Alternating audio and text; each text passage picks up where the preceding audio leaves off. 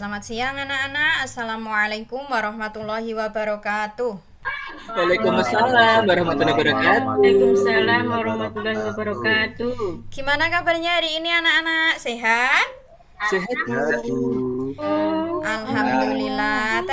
Hari ini Iya. pelajaran bareng Bu Putri pelajaran apa? Ayo, berarti hari ini pelajarannya pelajaran PAI apa? Bu, PAI.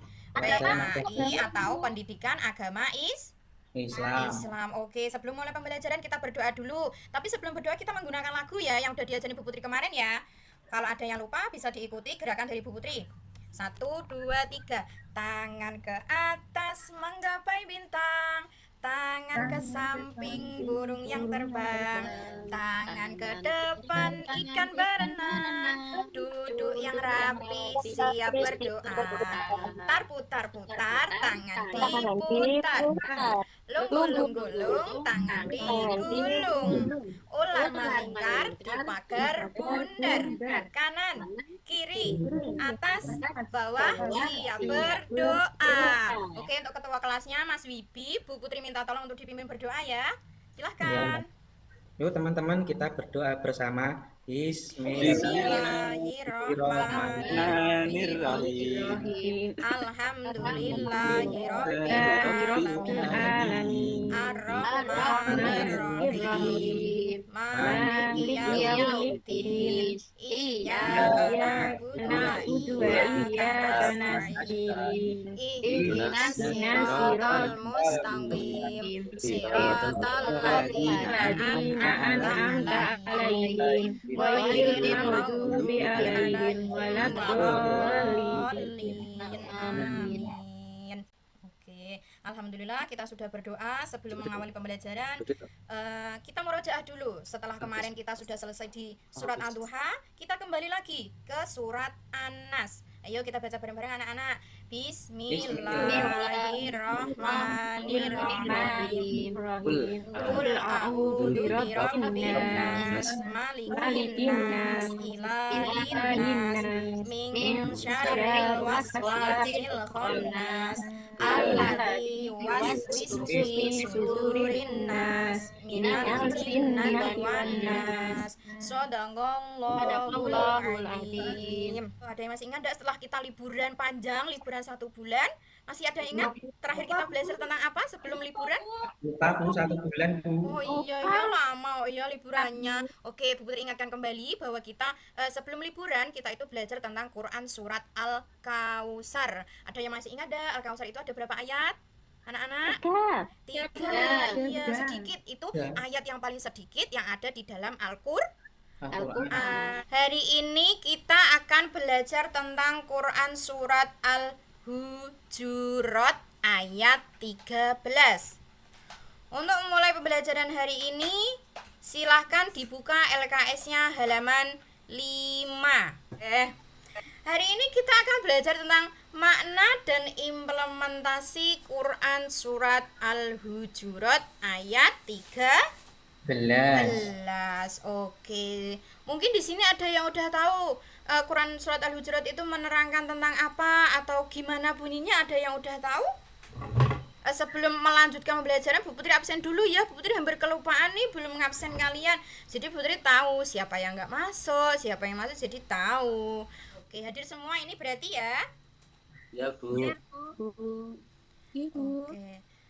Makna dan implementasi Quran surat Al-Hujurat ayat 13. Sebelum melanjutkan belajaran yang lebih jauh dan lebih ke depannya, pertama Putri jelasin dulu.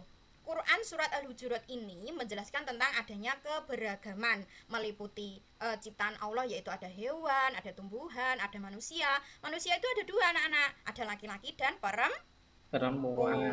Serta bukan hanya itu saja, Al-Hujurat juga menjelaskan bahwa siapa sih makhluk yang paling bertakwa kepada Allah, dan takwa itu dilihat dari apanya, apakah dari fisiknya atau dari bentuk tubuhnya. Nah, ini nanti akan dijelaskan di dalam Quran surat Al-Hujurat. Tujuannya apa Bu? Kita belajar tentang Quran surat Al-Hujurat. Tujuannya agar anak-anak solih-solihahnya Bu Putri ini bisa memahami makna ayat dari Quran surat Al-Hujurat ayat berapa tadi? 13 Bu. 13. Lalu yang kedua, agar solih-solihahnya Bu Putri ini bisa menanamkan nilai-nilai toleransi. Yang ketiga, bisa mengaplikasikannya dalam kehidupan sehari-hari. Artinya mengaplikasikan itu apa? Mengaplikasikan itu kita bisa mempraktekannya dalam kehidupan sehari-hari. Lalu manfaatnya apa? Kita jadi tahu dan kita jadi tahu bagaimana mengembangkan sikap toleransi, sikap menghargai, kita jadi tahu. Terus yang kedua, bisa meningkatkan rasa empati, simpati kita kepada sesama, bukan hanya kepada teman sekolah saja, tapi juga pada masyarakat tempat tinggal kita. Yang ketiga, menanamkan nilai-nilai apa itu? Coba menanamkan nilai-nilai moral nanti. Yuk coba dari tahu dulu. Bismillahirrahmanirrahim. Ya ayyuhan nasu inna Subhanallahul adzim. Terima kasih, Masya Allah. Bagus sekali Mbak Husnul. Terima kasih. Tepuk tangan dong untuk Mbak Husnul. Oke, kita lanjut. Sesungguhnya yang paling mulia di antara kamu di sisi Allah adalah orang-orang yang paling bertakwa. Nah, ini Allah menilai ketakwaan seseorang itu tidak dilihat dari wajahnya cantik atau ganteng, dia laki-laki atau perempuan, dia dari suku mana, itu tidak dilihat dari itu. Allah hanya melihat ketakwaan manusia itu dari tingkah lakunya, ibadahnya, ya, dari itu. Misalnya kita ibadah, kita berarti harus ikhlas supaya kita mencerminkan. Sesungguhnya Allah Maha mengetahui lagi Maha teliti. Nah, ini Allah itu tahu, Allah itu Maha mengetahui. Bahkan apa yang ada dalam hati kita pun Allah tahu. Jadi tanpa kita harus berbicara, Allah sudah tahu. Misalnya Mas Wibi batin, lah aku balik sekolah HP mampir nang ngene kancaku sik lah, tapi aku gak pengen ngomong ibuku. Aku ngomong ibuku enek wae tugas. Nah, padahal batin, tapi Allah tahu. Nah, seperti itu. Jadi kita dalam bertindak itu harus hati-hati. Karena apa? Walaupun manusia tidak tahu, tapi Allah tahu. Allah tahu segalanya tentang kita. Tanpa kita harus bertindak, berpikir, batin, Allah tahu semuanya. Jadi dalam hal ini kita harus berhati-hati dalam bertindak. Nomor 1, setara. Setara itu apa artinya anak-anak? Ada yang tahu setara? Sama saja. Iya, berarti antara laki-laki dan perempuan itu sama ya. Yang membedakan itu hanya kodratnya. Keragaman itu sunatullah. Sunatullah itu adalah anugerah dari Allah. Karena kita hidup di Indonesia itu juga bagian dari anugerah. Karena apa anak-anak? Di Indonesia itu ada banyak bahasa, adat, suku, budaya, lagu-lagu daerah. Maka dari itu kita harus bersyukur.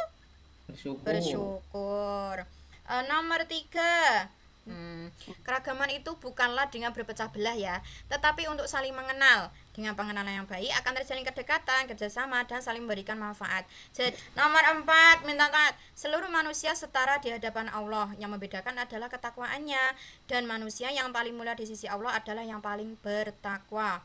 Allah Maha mengetahui segala hal yang dilakukan oleh manusia, termasuk tingkat ketakwaannya dan bagaimana sikapnya terhadap manusia lainnya, khususnya terkait keragaman.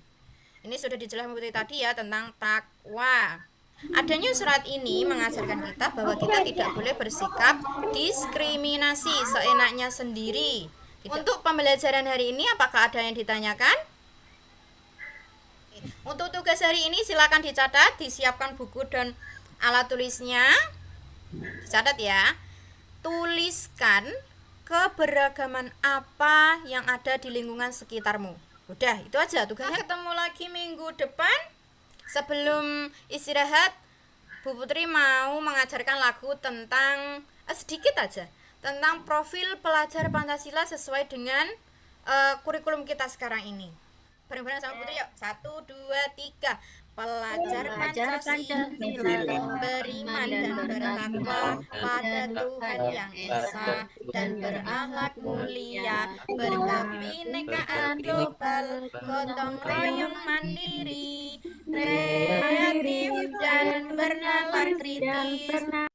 Sekian dari Bu Putri. Bila ada salah kata, Bu Putri minta maaf. Jaga kesehatan. Kita bertemu lagi minggu depan. Wassalamualaikum warahmatullahi wabarakatuh.